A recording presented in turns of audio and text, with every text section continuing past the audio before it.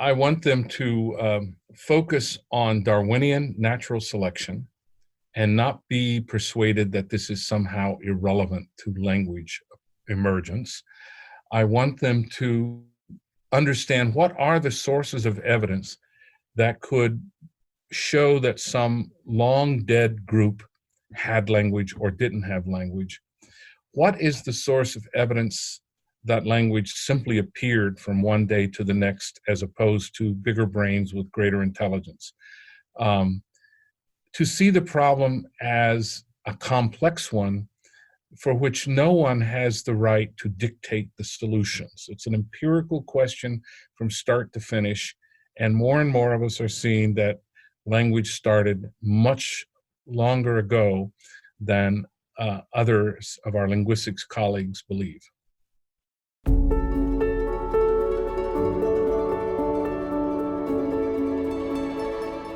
Welcome to The Story of Language, an original podcast series about language, linguistics, cognition, and culture. My name is Christian and I am an English teacher, and throughout this series I will be in discussion with Dan Everett, linguist, anthropologist, philosopher, and author. In this episode, we talk about how language began, including language evolution versus language change, how animal and human communication are similar and different, and the evidence for why language is probably millions of years old, not thousands. If you would like to contact us, you can find us on Twitter at Story of Language, or you can send us an email at storyoflanguage@gmail.com.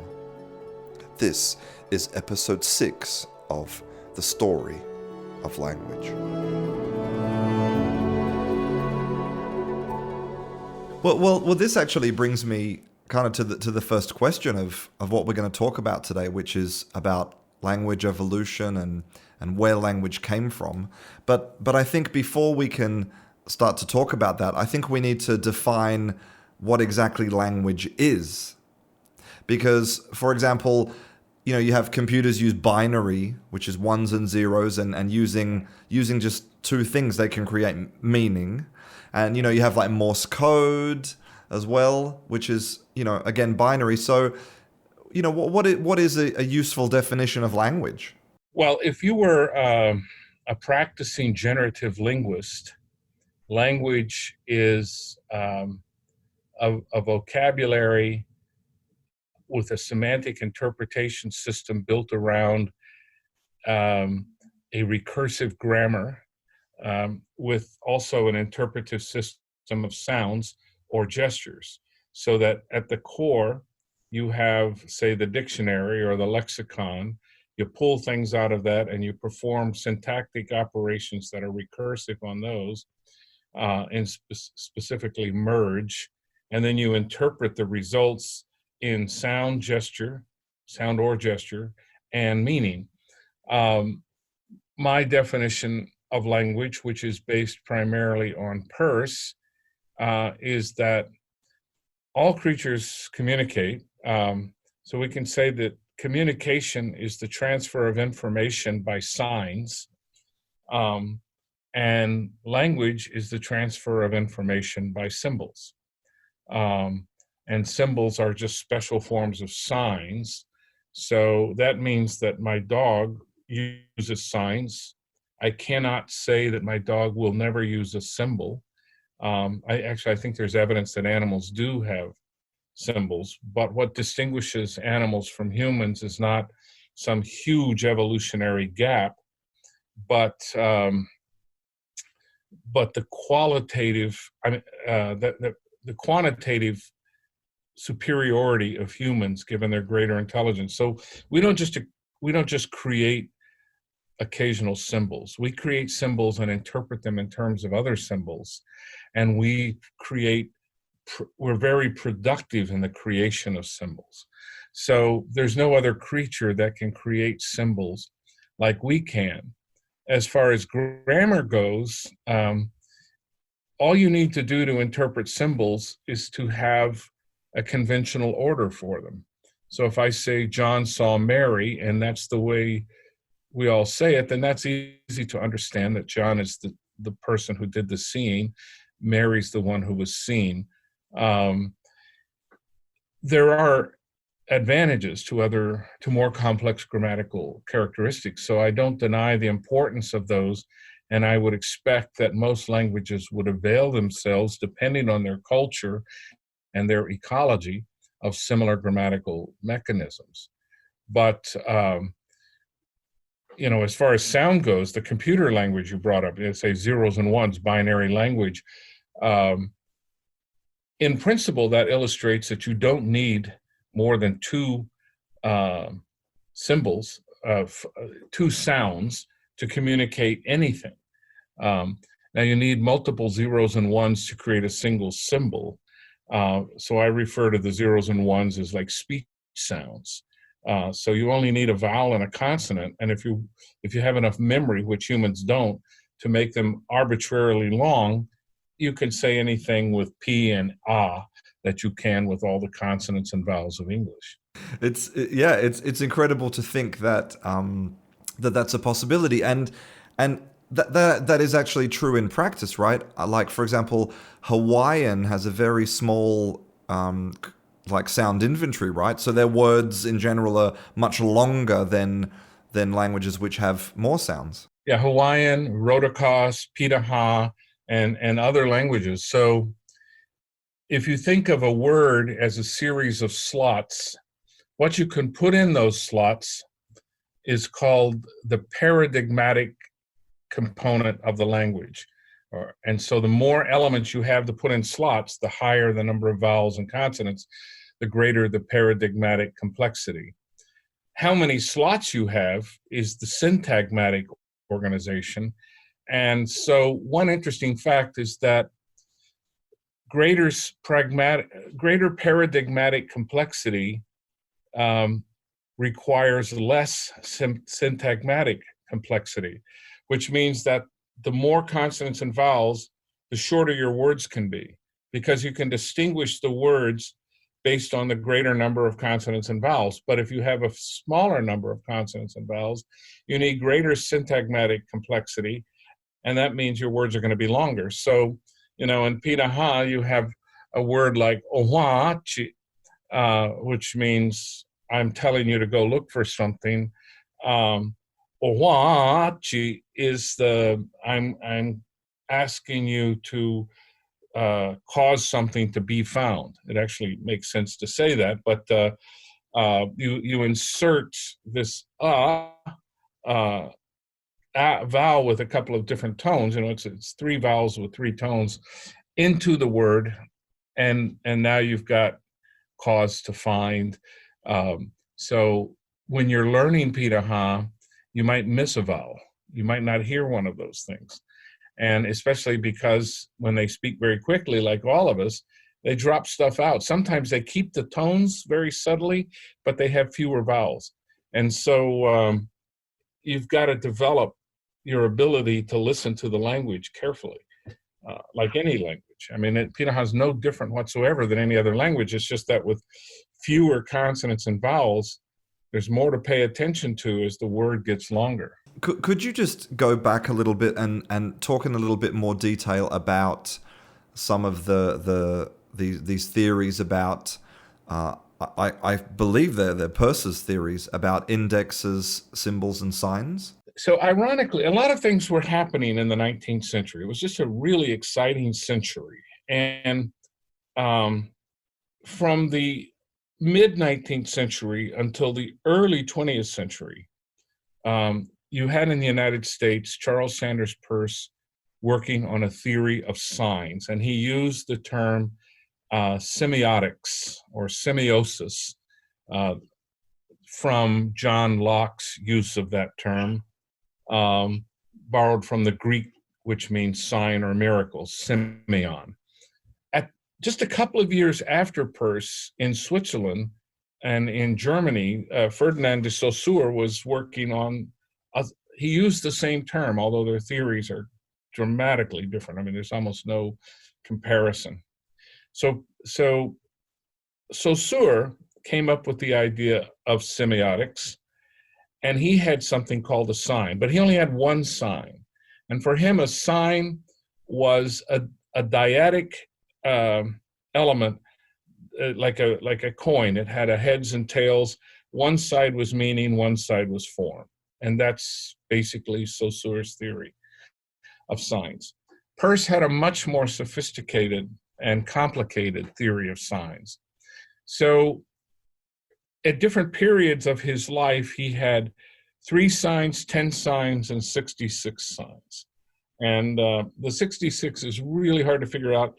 And he could have actually done even more, but he himself said he's not sure that you actually need all these signs in the analysis of language, but they're logical possibilities, and so it's incumbent upon him to explore the distinctions. But we'll just talk about 3 of his signs, the initial 3. This sometimes bothers Peirce scholars because they knew he went way beyond these 3, but these 3 are good enough. Icon, which is a sort of, you can think of it as a resemblance or a correspondence of parts. So the Mona Lisa is an icon of whoever it was that Leonardo da Vinci painted. So there's a correspondence. The eye on the painting corresponds to the eye on the woman that was painted, and the hair on the painting corresponds to the hair. There's also a resemblance. A resemblance is sort of a holistic impression of correspondence. But you can also have things like icons. So let's say that an earthworm feels a little bit of moisture, and they just stay in the ground. Most of the time, earthworms will come out of the ground, but just a little bit of moisture won't bring them out. There's this threshold of moisture that brings the earthworm out of the ground.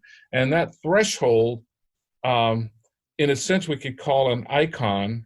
So the amount of moisture in the soil corresponds to a representation of what's safe in the earthworm, wherever it's in there. But the earthworm has to have this in it somewhere. I mean, whether it's in the body or wherever, it's got to have the distinction. You know, there's a cutoff point at which the earthworm will come out and expose itself to birds because it doesn't want to drown.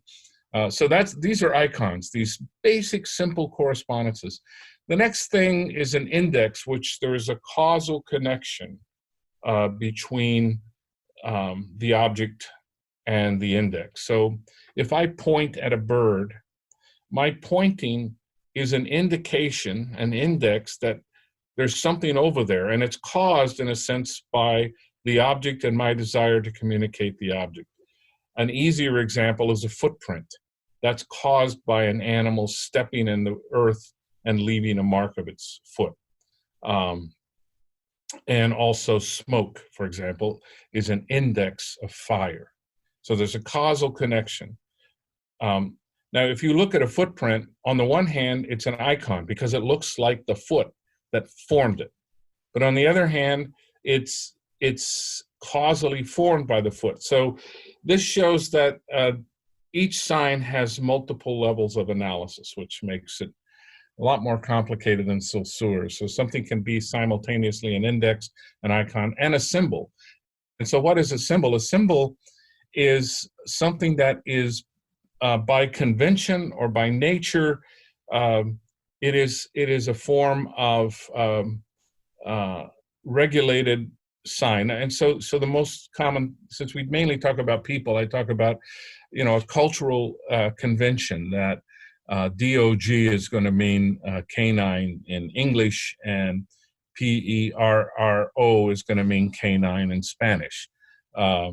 And so there's no reason for that. There's no causal connection. There's no correspondence. There's just this sort of agreement.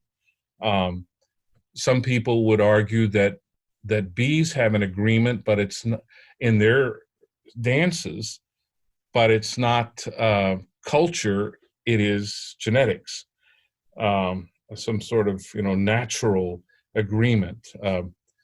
I'm not fully convinced by that yet. I would say that bees, you can explain most of what you need to explain about bees by saying they use indexes and icons, and we don't need to talk about them knowing symbols, although I'm open to that. But so it's, if you think of just form and function, or form and meaning, which is what most people think of when they think of a sign, that's Saussure's incredibly simplistic view of how things work. Saussure did not have the mathematical background by any stretch that that Peirce had. He didn't have the philosophical background. He didn't have the background of as a natural scientist. So his view of these things, while insightful, was incredibly limited compared to Peirce's much more fecund theory of how meaning gets represented. So, for example, there's this video that's going around on social media at the moment, and it's this woman, and she's trained her dog to press different buttons, and the dog, in a way, is making sentences. So it presses the button for want, and then it presses the other button for food. So, you know, where do we sort of make a decision about when something is communicating versus whether something has language? If you were working in generative grammar, this would be easy. Do we find recursive grammar in the dog's behavior? The answer is almost certainly no. Therefore, we can rule it out. We don't find, that's not evidence that the dog doesn't think recursively. It's evidence that the behavior doesn't have recursion built into it, perhaps. But then by that same, so basically what we've done is we've taken English grammar and we said, if you speak English, you're human, or Spanish or something related. I mean, because not all languages have recursion. That's just the facts of the world. So the dog is definitely communicating, but does it have language? Well, you would have to show, in my theory, that it's using symbols instead of icons or indexes. And not just a series of icons and indexes, but actually symbols. So a symbol would have to be something that is learned by convention, whether this is just an agreement between the dog and the master that this key means food. But an alternative interpretation is that the dog learns a sequence and knows that if it presses in this order, it gets food. That's iconic. It can be considered to be indexical. So the fact that the dog can do this shows dogs' intelligence. They have canine intelligence is quite good. And I wouldn't say it doesn't have symbols, but I would say that evidence doesn't show me yet. It's harder to show that it has symbols, and it's easy to interpret all that in terms of icons and indexes. So all plants use indexes, at least. All animals use icons and indexes. They know what things look like. You know, last night we were watching this Spanish movie, Don Quixote. You know, it's about this guy with a donkey walking around Spain. And because the photography is fairly simple and it's got a donkey and a dog and a man, one of our dogs watched the whole movie with us. He was just fascinated. He kept going over and pawing at the screen and sniffing behind the screen, and was just totally seeing dog and donkey. You know, donkey, didn't know what a donkey was, but it was an animal. So if your dog or your cat responds knowingly to images on TV, they're simply demonstrating not their ability to follow the plot of your movie, but of their ability to recognize icons. So these images look like people. They're not people, but they look like people and they sound like people. So these icons are recognized by animals. But there's no evidence whatsoever that there's something symbolic going on there. So what about if because my dog, for example, it knows that when I go to get the lead, it knows that's walk time. So that connection between, the seeing the lead and knowing that means going out for a walk? Yes. So is that a symbol or is an icon or an index? I would say it's an index. That lead points when it sees the lead, it knows that's pointing to an activity that it's going to get, that it's going to enjoy. Dogs don't point, but if my dog is looking for a treat that I don't normally put out my hand and give my dogs treats, just toss them in their general direction. And sometimes they miss them. And then I just point out, snap my fingers and point, and my big dog knows right where it is then. She can normally find it because of smell, but sometimes she holds back a little bit because the other dogs are looking and she doesn't want to get in their way. But if I snap to her, she knows, okay, I can have it. And she runs right in the direction that I pointed. But I don't say that's a symbol. I would think that's an index. The lead gets associated. There's a physical causation. You get the lead out, you put it on the dog's collar, and that's a sequence the dog recognizes that's going to lead into a walk. So it's not clear that that's a symbol. So it's a bit like when I see smoke, that means there's fire, and so like for the dog, the lead means walkies. Exactly. So the dog definitely has beliefs and desires. It believes that the lead is going to lead to a walk, just like it believes that smoke means fire.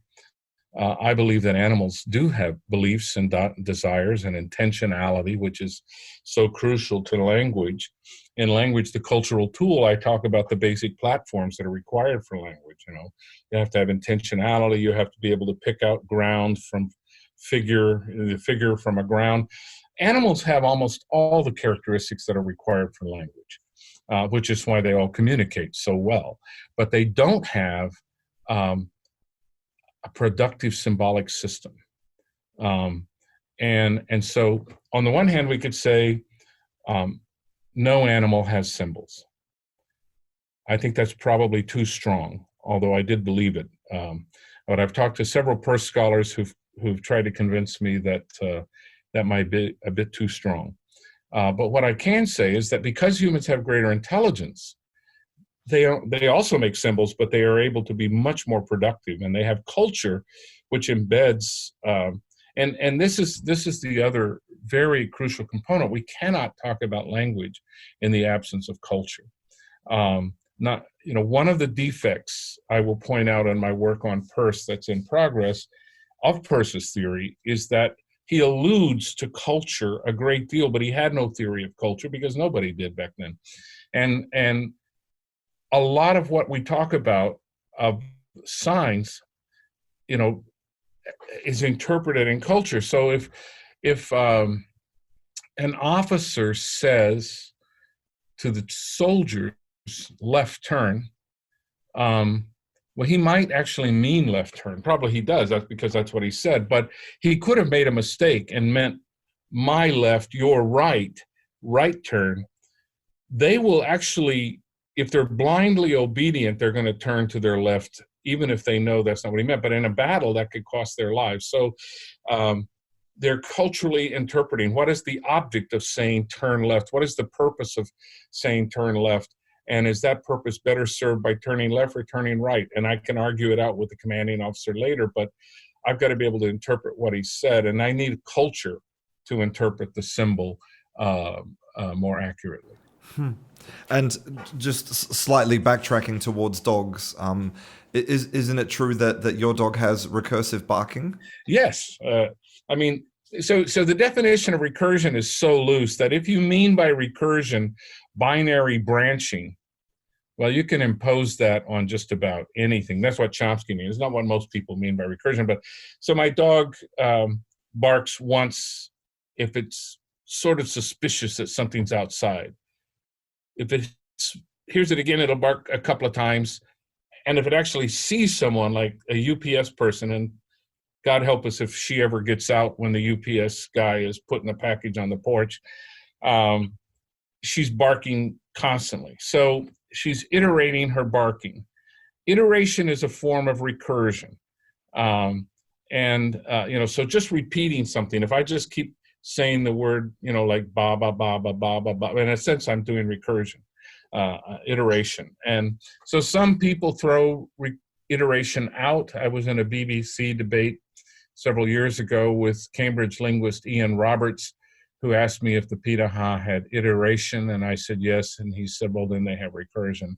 But since then, many people have argued that iteration doesn't have to be analyzed as recursion in any interesting sense. That what Chomsky means is binary branching, or you could say center embedding. It's a very complex area, and so human language, if I'm correct, doesn't need to have that, but it has to have symbols. So if just as a matter of logic, and this was developed by the term universal grammar was developed in the 13th century by the Modisti, and taken up again by Peirce. But the view there is that there are logical constraints on how to use symbols. So when they talk about grammar, they're not using the word in the way that modern linguists do. Very often, some do, but they're talking about, and Peirce specifically was talking about the logical constraints on how to use symbols. And if Peirce is right, then our modern day grammars and theories of grammars are just little tweaks on those logical principles that reflect local culture. But Peirce would have always said that symbols and the logical constraints on them are what are responsible for language. Well, this sort of brings me on to the next part of our discussion, which is actually where and how did language come into being? Because there's kind of two, I think, main competing ideas. One is that it's a biological event of some type, which was either, slow or it was sudden, where humans had no capability for language and then they had capability for language. And the other idea is that it evolved slowly in a kind of similar way to all other types of evolution. I mean, is that a fair summary of the situation or not? Well, it's a fair summary of how a lot of people conceive of it, but I think it's somewhat simplistic. So I don't know anyone who works on language who wouldn't say that human biology is fundamental to human accomplishments. We're not going to see a fish walking. That's a biological fact. We're not going to see a dog using all our consonants and vowels. That's a biological fact. We will see parrots using most of our consonants and vowels, and that's another biological fact. But sure, humans, natural selection, in my view, formed the human brain and helped form with what we can call dual inheritance theory, what's often called that in the literature, that culture and language work together, form language. But whether you say that language appeared suddenly or you say that it is defined by grammar and not by symbols, so state your thesis. What is the evidence now that we can look for in the distant past to test these? So a lot of people, it can't always be as direct as we would like it to be. So there's been a lot of talk recently about some 44,000-year-old paintings that have been discovered, cave paintings. So a lot of archaeologists influenced by linguists want to say that complex tools in painting show symbolism. And this is, and they also show the ability to organize things grammatically, which is evidence for grammar. And that hafting, putting a wooden handle onto a stone, shows merge, recursion. So if you got that, you're getting there close to merge. Yeah, maybe. I'm not convinced by that stuff, but let's see. If I'm right, we're looking for symbols. And what is the evidence that we're looking for? We're also looking for cognitive accomplishment, right? So Homo neanderthalensis and Homo sapiens could make cave art. They made great cave art. They made tools. For a long time, it was believed that Neanderthals simply wore skins, but now we know they used tailored clothing. They actually sewed their clothing on like we did, and they were, they did really well. I mean, they may have disappeared for sexual selection reasons. Maybe they were just all ugly, and nobody would mate with them. Once they saw a real man come along, the Neanderthal women didn't want to mate with those guys anymore. So, I mean, who knows what happened? We know that most of us have Neanderthal blood in us, so calling them separate species doesn't fit everyone's definition of a species, because we are the evidence that they produced viable offspring, mating with our Homo sapiens. So, but we look at Homo erectus. So we find a species that left Africa more than 1.5 million years ago. We find a species for whom the ocean was no barrier to travel. Even across what were then dangerous currents and long distances, they traveled. Even out of sight, they visited islands that could not be seen, that were beyond the horizon from shore, and they explored. We might say that they were blown off course fine, but they had to be in something that allowed them to be blown off course. So they made boats. They traveled. They made settlements that showed internal structure, different organizational capability. So they had organizational capability. They had brains within the range of modern human females. So we don't know what that means. If Susana Herculano Rosell, a Brazilian scholar now working at Vanderbilt, came up with a way of evaluating the difference between human brains and animal brains, which is not based on size, but the concentration of neurons per cubic centimeter of brains. So we don't know what the concentration of neurons were for Erectus. We're never going to know this unless we take some DNA from Erectus and we clone one, which I'm not sure what that would show, but it would sort of be interesting. Put them in a zoo, and there'd be all kinds of ethics that would come up there. But we know that the cultural accomplishments, we know they had culture because we know that they had tools, they hunted together, they made tools that reflected local technology. So a 500,000-year-old scraper from East Africa, made by Homo erectus, can be distinguished by an experienced archaeologist from a 500,000-year-old Homo erectus scraper from West Africa. They made their scrapers differently. So that the form and shape of the scraper wasn't dictated solely by the task. Beyond the function, there was a local cultural value of how you make these things. And also, there were components of every tool that showed that they went beyond the bare minimum. They wanted to show ability. They showed, so they show a number of cultural characteristics. And Larry Barham and I have, he's from the University of Liverpool, and in the Department of Archaeology, he and I have a paper that we've submitted on these facts, and I talk about these facts to a lesser degree because I hadn't worked with Larry yet in my book, How Language Began, which comes out in paperback in the U.S. tomorrow. But well, the big difference between that book and a lot of other books is it takes natural selection seriously when it comes to human evolution, the human linguistic evolution. Another distinction, when I use the term language evolution, we see this all over the place now. And one of the ways that people use it, probably the most common usage of language evolution today, is language change.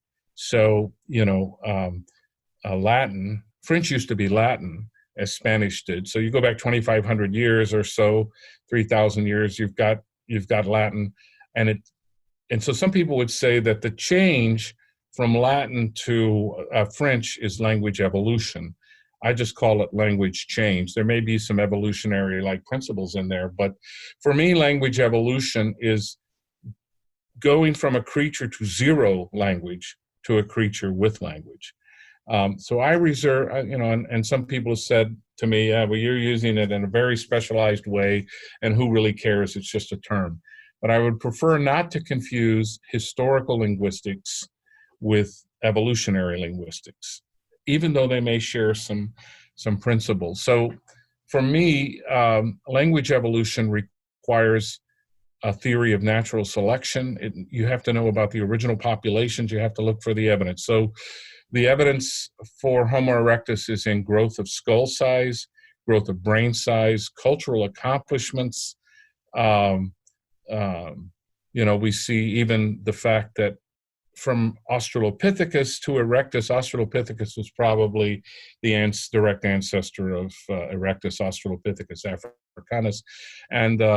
And so the canines, the canine teeth go way down in Homo erectus, which indicates more stable relationships. Men don't have to be fighting tooth and nail, literally, over females. There's likely some sort of monogamous relation that doesn't require constant battling for mates. The brain is getting bigger. They have the big brow ridges, which seem to have had the function of shading their eyes from the sun, which wouldn't be bad to have those still today. I wouldn't mind having some big brow ridges and wouldn't have to wear a hat all the time. So they had stronger jaws. But they stood upright. They had culture. And according to others, if you take Milford Wolpoff, I believe is his name, from the University of Michigan, who argues that all sapiens evolved locally from their own Homo erectus populations, that Homo erectus led directly into sapiens, Denisovans, Nadelli, Neanderthalensis, that the basis for all these others is Homo erectus. We just all came from Homo erectus through local pressures and changes. This is not so widely accepted as it once was, but what we do see, but it is still in China, and some Chinese archaeologists still take this theory as superior, largely because it makes Homo sapiens originate in China, which is kind of cool instead of Africa. But these questions are relatively unresolvable, perhaps. But what the theories show is that everyone recognizes the special, huge quantitative evolutionary jump that Erectus represents. Well, I mean, I think this is interesting to me. Because if all the books that I've read, apart from yours, about language evolution and even and when I say language evolution, I mean as in when language came into being, right? Not language change.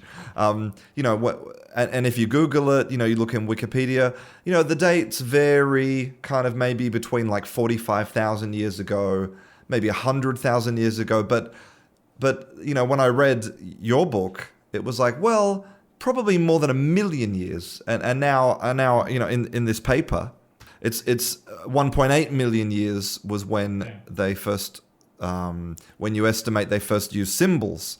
So, I mean, that's a massive difference between what's kind of accepted knowledge and, what's the new evidence that kind of leads to this conclusion? I would ask the question, just the reverse. What's the evidence that led people to believe the silly idea that language is so recent? And the evidence is basically none. There is not a shred of it. It comes from the huge authority that Chomsky holds in the field.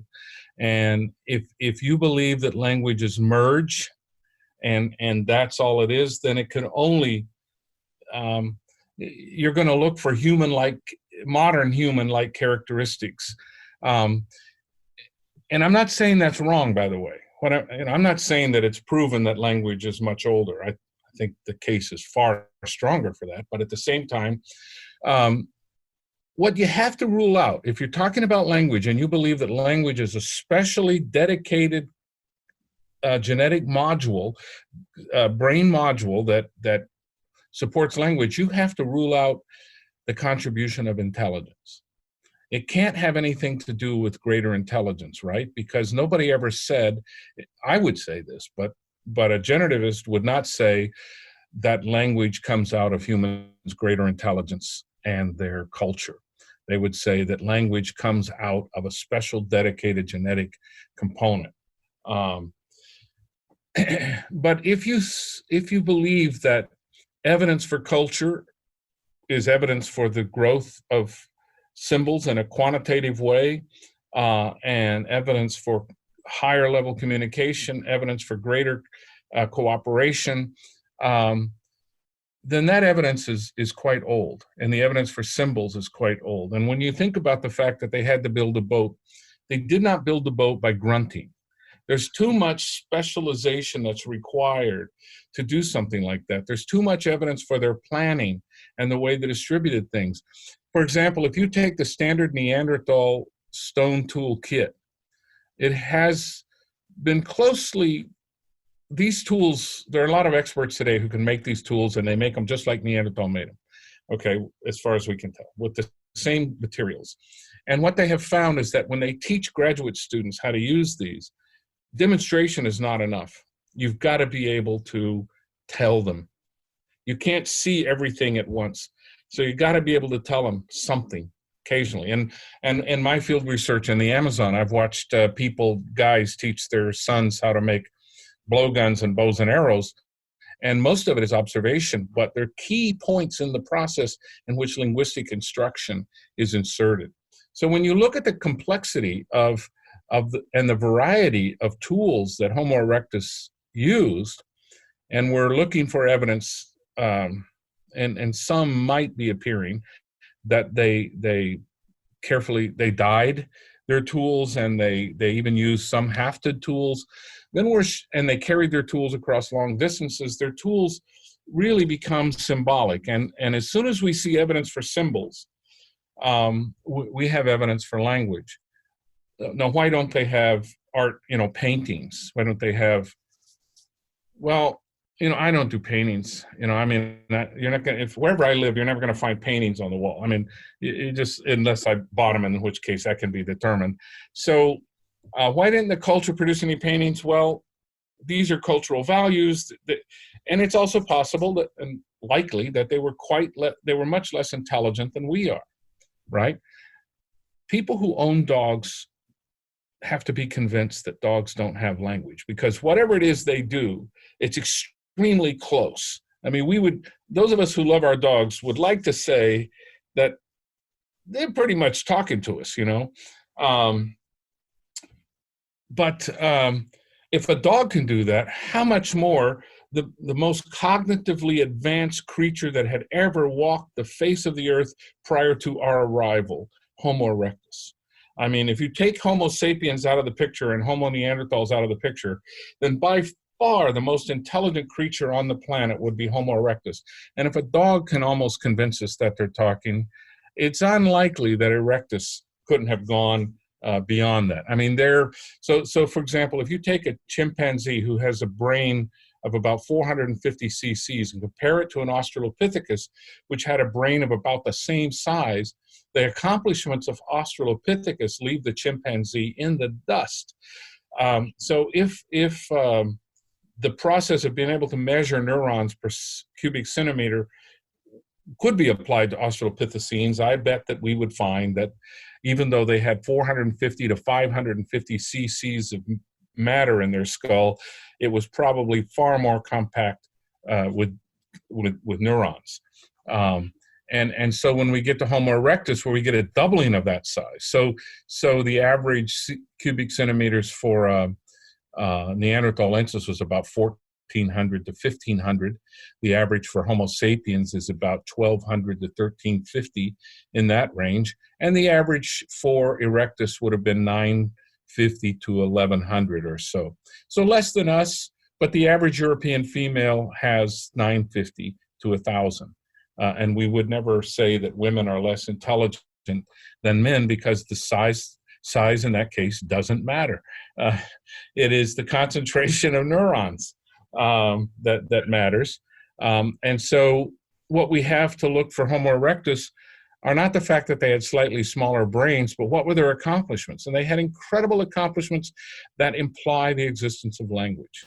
Yeah, I mean, it seems very difficult to imagine doing even the most basic, even performing the most basic tasks that I could imagine a kind of primitive society doing, like building a shelter or making a boat, or it seems like it would be impossible to do without some type of language. Yeah, so the question is not why people believe language is 45,000 to 200,000 years old, but why they don't believe that it's older when the evidence suggests that it is. Very often, if you approach a subject from a neutral, it's almost impossible to do this. But so when I came into looking at language evolution, I really had no axe to grind. In fact, here's the story of that book. I'm sitting in my study and I'm trying to think of a book idea, because I liked, something that would help people better appreciate language. And I get a letter from my publisher in England saying, "Why don't you write a book on language evolution?" And I said, "Well, I don't really know anything about language evolution." And they said, "Here's a chance to remedy that." So, I took, I worked on two books simultaneously. I worked on Dark Matter of the Mind and How Language Began, and I finished them within a few weeks of each other. But during that period of 2 years, I was just reading everything on evolution and culture that I could get my hands on. And I talked a lot with people who were doing this kind of research. And I realized nobody has a good reason for saying that there was no language back then. It's just that it's a theoretical position that only sapiens speak like sapiens, which is circular. So we look into this, and when the book came out, it's had mixed reviews. They're by and large positive, but a lot of people have said, "Oh, this is total speculation." Well, so is the idea that it's only 45,000 years ago. We have this idea that science is a democracy. It is true that the majority of scientists, if there's one person over here saying X and the majority of people are saying Y, then X is probably wrong, but not necessarily. So, but really the crucial evaluation for me was when I started getting letters from archaeologists saying, and I got letters from 3 separate archaeologists in different parts of the world saying, "I always thought that Erectus had language, but I was told that linguists said that's impossible." So that explains a lot of it right there. There's intimidation for somebody who does archaeological research to cross into the territory of another discipline and tell that discipline they're wrong. But now you see this. We have evidence for, there's a new thesis that just came out in Spain, a doctoral dissertation about Neanderthals sailing to Gibraltar, and there's just overwhelming evidence that Erectus was a world traveler, very well organized, that they made good, they did fairly well advanced settlements 750,000 years ago and earlier, and that their tools represented far more than just the functional constraints on tools. They carried them, they preserved them, they colored them, they used them. They certainly instructed others in how to use them, because we see the East-West Africa split, these cultural divisions there. So you can say the valid responses to this is that your evidence doesn't convince me. But that applies as well to the 45,000-year-old as to the 1.5 million-year-old theses. So both of them have to put up or shut up. What is the evidence? Oh, sure, if I see somebody having a conversation and I say they have language, I'm probably right. It's almost certain, especially if I know what they're saying. So that doesn't require a lot of evidence. So looking for people who live like we do and saying, "Oh, they had language," and people who didn't live like us don't have language, just shows to me a lack of field research. People don't have, especially linguists, ironically, simply lack careful comparative field research in a variety of languages. I've worked on over 20 languages in the Amazon, and I've done personal field research on at least a dozen of those. I've visited the groups, I've conducted elicitation. And so what you have is a range of groups living in the same area, the same ecology, with radically different cultures. very different cultures. And this is something that, for example, among the Yanomami, which they've been claimed to have violence provoked by shortage of women, but it's basically what's excited a lot of nativists about the Yanomami is the thesis that people are basically violent, and given the right ecology, we're going to behave violently. And so Pinker's book, The Angels of Our Better Nature, who claims, basically that book is John Lennon's song, It's Getting Better All the Time. I used to be cruel to my woman. I beat her and kept her apart from the things she loved, but it's getting better all the time. So probably it is getting better, but it has nothing to do with strictly one-to-one correlation with the ecology, because the Piraha, who are in the same jungle as the Yanomami, are one of the most peaceful people that's ever been documented. They can kill just as effectively as the Yanomami. They know how to travel through the jungle as well as anyone. They make the people on Naked and Afraid look like bumbling idiots, which, even I make them look like bumbling idiots, and I'm not a great survivalist.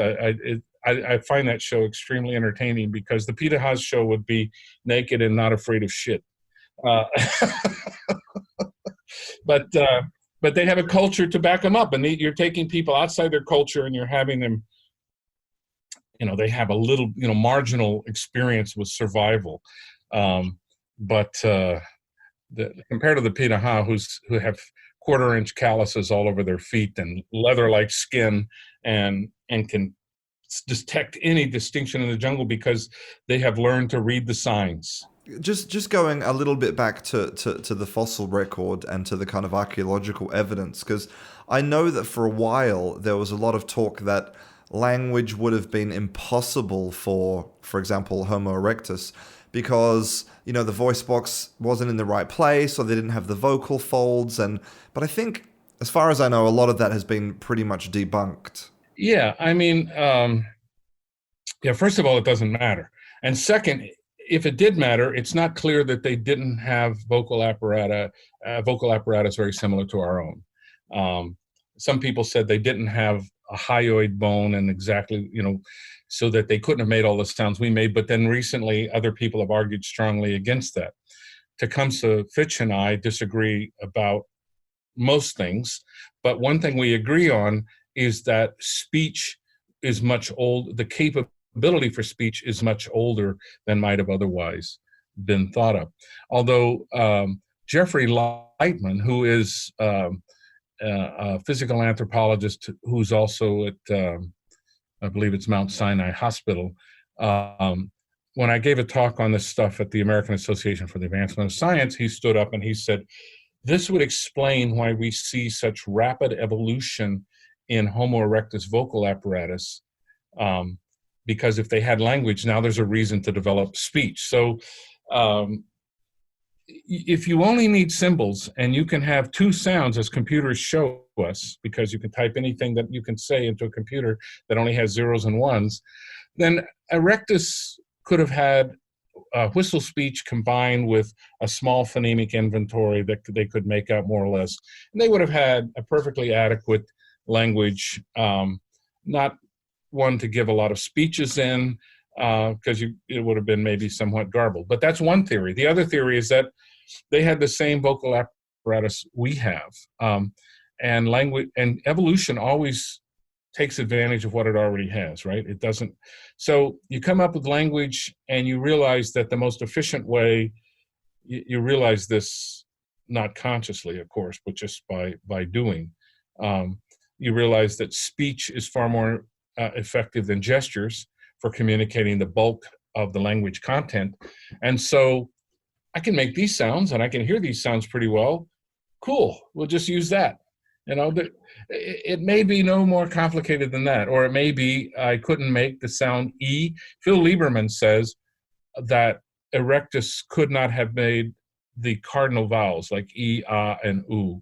And to make those, the tongue had to evolve to go farther back in the mouth to enable us to make these sounds. That's also fine, because one of the things I'm not doing is coming up with a theory of the evolution of speech. I'm working on the evolution of language, of which speech is but one of the handmaidens. of language. So, as soon as you realize your dog, if you think your dog can talk, but they lack the words, you're basically saying that if they lived long enough, dogs only live 10 years, who knows what they could do if they lived 100. They don't have enough time to work out more complex symbols. I mean, I think there's just an obvious difference between humans and dogs that explains 99% of, and we're smarter than they are. I mean, they can collect data in ways that we cannot collect, but I would put my species up against any other species for general intelligence.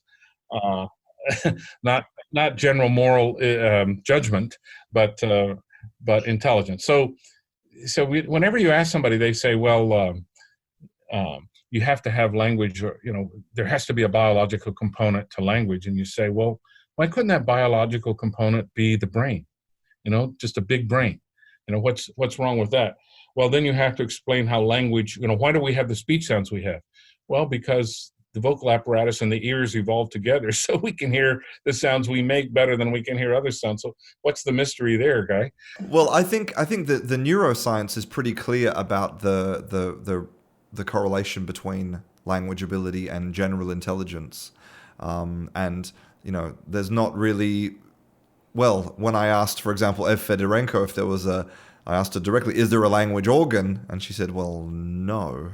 Well, I have her research is one. I'm giving a final exam today on the evolution of human behavior, and her work is one of the questions on there.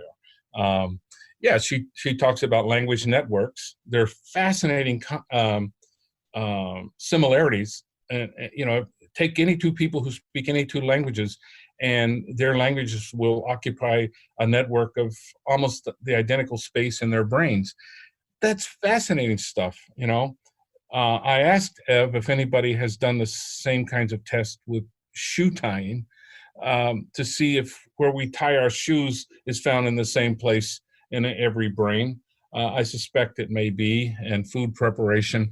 There are certain cells in the brain that are better for some tasks than other tasks. And so if you look at the Brodmann areas that people talk about, and they say, well, this is where language is, this is the language. But then you find out that a lot of those things do multiple tasks. The exciting thing about Ev's work is that she's pretty much ruled that out. She says, in the language network, you're only going to get language. And what's most important is semantics, meaning, which totally fits with my view, although she's never said this, and she doesn't work on semiotics, so she's never going to say this, but it's perfectly compatible with my view that what's crucial is symbols, meaning, and that what's secondary is grammar, because that's one of her conclusions. After looking at dozens of subjects across a variety of languages, grammar is secondary to symbols in the brain. I mean, of course, it makes it. If you asked a 5-year-old to draw language evolution, then they would, draw a picture, an individual picture, right? And then they would draw the pictures going together, which is kind of a simplified version of that. Like you start with symbols and then you learn how to put the symbols together, and that's grammar. Just going back a little bit, because your paper with Larry, one of the conclusions, one of the key points that you make is that, it's number 2 is the concept of a proto-language is unnecessary. And I mean, that seems counterintuitive, right? Surely before you have a language, you need a proto-language. Why? I mean, is the Model T a proto-car? I mean, you can, is a bicycle a proto-car? I mean, why do you need a proto-language? If you believe that language is binary recursive structures, you don't need a proto-language there either, right? Because you're born with it. Somebody was born with it. Now they will utter recursive sentences that nobody else can understand because they can't process recursion. So then they will die out. There's no real good natural selection view of how recursion spread throughout the system, throughout the species. But what is a proto-language? Well, a lot of the work on proto-language, most of it was done by linguist Derek Bickerton based on his work with Creoles. Creole languages, which he used as exemplars of proto-languages. But as I talk about at length on this in Language, the Cultural Tool, the foundational book by Sarah Thomason and Terence Kaufman, two of my former colleagues at the University of Pittsburgh, on contact-induced language change, has a long section debunking just about every single thing Derek Bickerton said about Creoles. And I think he was quite wrong about what he said about Creoles. But since that was the basis for what he said about proto-language, that undermines that theory. But let's assume that theory is okay. Proto-language simply describes languages that have much simpler grammatical structures than we have. But they're still languages. I mean, by his theory, Pitaha would look superficially like a proto-language if we didn't look at the verbs. The verbs don't fit his definition of proto-language because they're incredibly complex. But you know, if you just took an illiterate, isolated Mandarin speaker in the backwoods of China, they don't have, I mean, they would look like they're speaking a proto-language. But it's a language. The proto before language simply doesn't add anything to the explanatory value. It means, so let's say that you had a Homo erectus that had 3 symbols. And okay, so why not call that a proto-language? What's the advantage of calling it a proto-language? Sure, it can get more complicated over time. Everything starts simpler, but it's functioning as a language. It is a language. I mean, you can say that a Model T is a proto-car because today we have Teslas that are overpriced and under-functioning, but or Ferraris, which are overpriced but function quite well, I understand. But it doesn't mean that the Ferrari is a different entity than the Model T. It is quantitatively superior. It is not qualitatively different. You know, I mean, if you I'm listening to The History of Vietnam by Max Hastings right now as I drive back and forth to work, and he was comparing the inferiority of the U.S. M16 semi-automatic rifle in Vietnam compared to the much cruder AK-47, the Kalashnikov, and why Americans would have rather had the Kalashnikov, even though it was a much simpler weapon because it didn't fail as much. And I've brought this out many times. If you have complex sentences and you're in a noisy environment, the sentences are going to jam, as it were. They're going to be harder to follow. Whereas if you have very short, simple sentences, you lose less information when noise happens. So there is a sense in which the slower information rate and the simplicity of the grammar is superior in certain ecologies to a grammar that basically reflects a literate culture. Yeah, maybe as you sort of were alluding to before, maybe the view of language needing a proto-language is a bit kind of egocentric in the sense that if the language doesn't look like what we have now, then we don't consider it language. Right. And especially when you think about the fact that most of those observations were based on an incorrect analysis of a different kind of language, a Creole language. So, you know, there are language context situations that produce interesting phenomena, but the people who produce them already do speak another language. And so they are bringing their language to bear on this. You know, if take the Turing test, right? He said if a computer can fool a human into think they're carrying on a conversation, then they're intelligent. Well, apply that to so-called proto-languages that, you know, if they can say what they need to say and communicate and do the things they want to do and communicate with us, it's a language. There's, you know, what is it that proto-language is supposed to explain?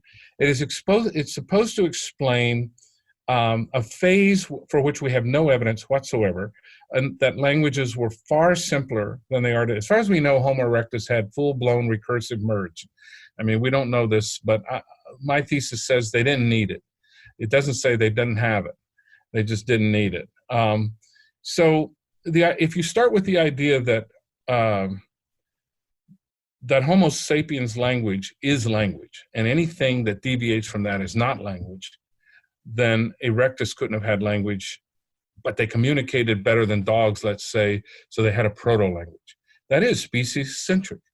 Most of the claims we make about other species of the genus Homo are what we would call racism if we were referring to other members of the Homo sapiens. We're simply species-centric. And we're not willing to consider the possibility that another species of Homo had what we have. We don't know where Homo neanderthalensis went. It could have been sexual selection.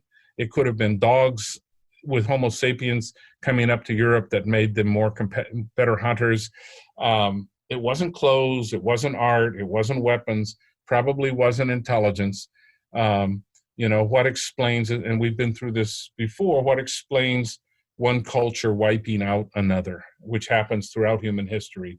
The genus Homo has always been excellent in genocide.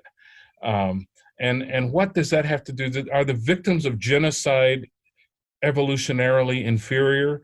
Therefore, Hitler would have said yes. Most of us would say absolutely not. It has nothing to do with the American Indian or the Native Americans or the First Nations of the Americas were largely wiped out in the greatest Holocaust in the history of the world that we know about. And it had nothing to do with them being lacking language. I was asked this question: if Homo erectus had language, why aren't they here anymore? Somebody in Hungary asked me this, and I said, what happened to the Jews of Hungary in World War II? I don't think it had anything to do with recursion. He wiped them out. I just visited a synagogue where everybody was wiped out during the war. So this is a non sequitur. This is a silly argument to raise in these contexts. An archaeologist can come back and say, in response to the paper that Larry and I have written, I simply don't see evidence for symbolism in here. Every single tool is driven by function and function alone. So they were good tool makers, okay tool makers, but I don't see any evidence for symbolism. Okay, so we can argue about that. I think they would have to ignore a lot of evidence to say that, but that's the kind of argument you'd have to make. You simply can't say it's not plausible.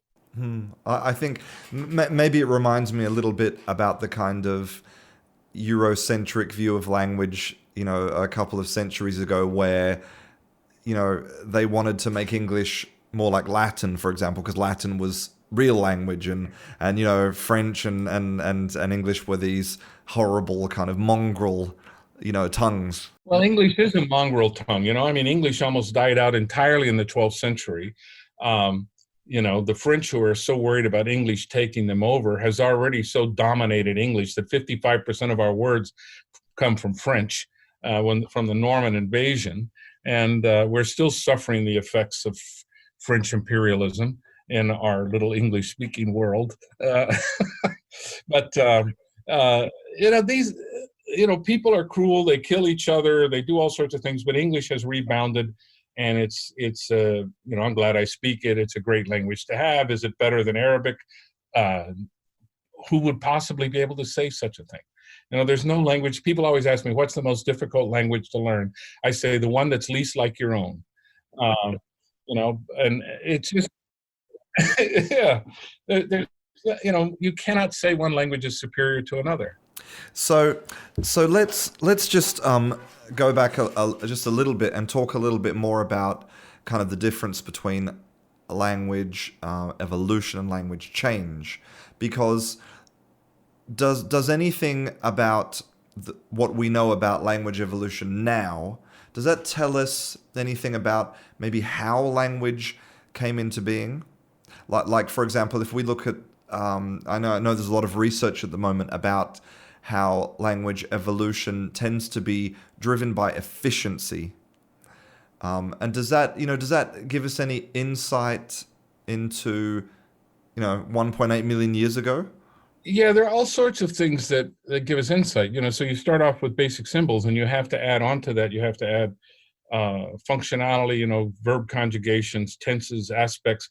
You don't have to add these things, but they make language works a lot better with these things. So you can add them according to your own culture. So, and they will follow. There is always a trade-off between maximal efficiency and memory or effort. So, there's a sense in which it would be maximally efficient to have one sound for every word. But then that taxes our memory, and nobody can do that. So we come up with languages that balance that out, but produce all kinds of ambiguity and homonyms and so two to, two too, two two. So we have a few things like this. It's a trade-off, because to avoid that entirely, we'd have to overtax our memory. And there's a lot of work by Ted Gibson and Steve Piantadosi and Evelina Federico on exactly these topics, using Zipf's law and other measurements of relative efficiency compared to memory limitations. And George Miller, psychologist George Miller, has done a great deal of work on memory. So for example, we can't remember more than 3 or 4 things. Maybe, he says the magic number 7 plus or minus 2, the things we can remember. So our brains are supposed to be these, they are, given the rest of the world, the other species, we have these magnificent brains that can't remember more than 7 things at a time. So we need all the help we can get, and language is a great help for that. Long-term memory is another help for it. But keep in our working short-term memory, we can't keep more than 7 things. And all groups, there's not a group ever been studied that couldn't distinguish between 3 and 4 or visually, but who can't distinguish between, a lot of groups can't distinguish visually between 9 and 10. Yeah, but I think, ironically, some primates are really good at that. Yeah, probably some dyslexics too, because one of the things we talk about in my evolution of human behavior class is neurodiversity, and it turns out that if there were no reading and writing, many dyslexics, who we today call dyslexics, would be considered mentally superior because of their greater ability to visualize and use spatial visual judgment in ways that some of us who don't have some of the visual issues with literacy have. And so among the Piraha, there's some great hunters, and maybe they're great hunters because they have something in their brain that if we actually taught them to read and write, they would be dyslexic. They just visualize the world differently. So many of the tests, what does it mean to be talented? What does it mean to be intelligent? These are culturally determined. If you have great ability on the guitar, but nobody in your culture plays the guitar, it's in what sense are you talented? The talent doesn't mean anything unless the culture values it. Are you a genius? Well, Einstein, how would he stand out among the Piraha? He's either a good hunter or he's a bad hunter. He's a bad hunter, he's dead. He's going to starve to death. And he's not going to develop the special theory of relativity among the Piraha, because that came out of a particular culture, and the Piraha do other things. It doesn't mean their culture is inferior. It just means they're extremely well adapted to where he is, and they didn't invent a bomb. The superior, so-called superior culture is the one you have to worry about. So it's so much of what we think we know and the way we evaluate things. Take the concept meme, which I've also talked about before. This is somehow considered a building block of culture. Memes are byproducts of cultures. They don't build anything. And the idea that they build cultures, so what they are signs in the Peircean sense. Peirce talked about what we would today call memes over 100 years ago as the basis of human cognition, signs. John Locke talked about these things. But today you have people trying to evaluate and build models of so-called cultural evolution based on the spread of memes. This is something that gives great comfort to people who like statistics, but it's really not science. Science is, why did the meme spread? What is it about the cultural values and the shared dark matter of the mind that causes certain memes to be, which are signs? What causes certain signs to spread more? So a meme is like it's just like any word we have, they're just symbols. So to finish up, what is it that you want people to know about where language came from?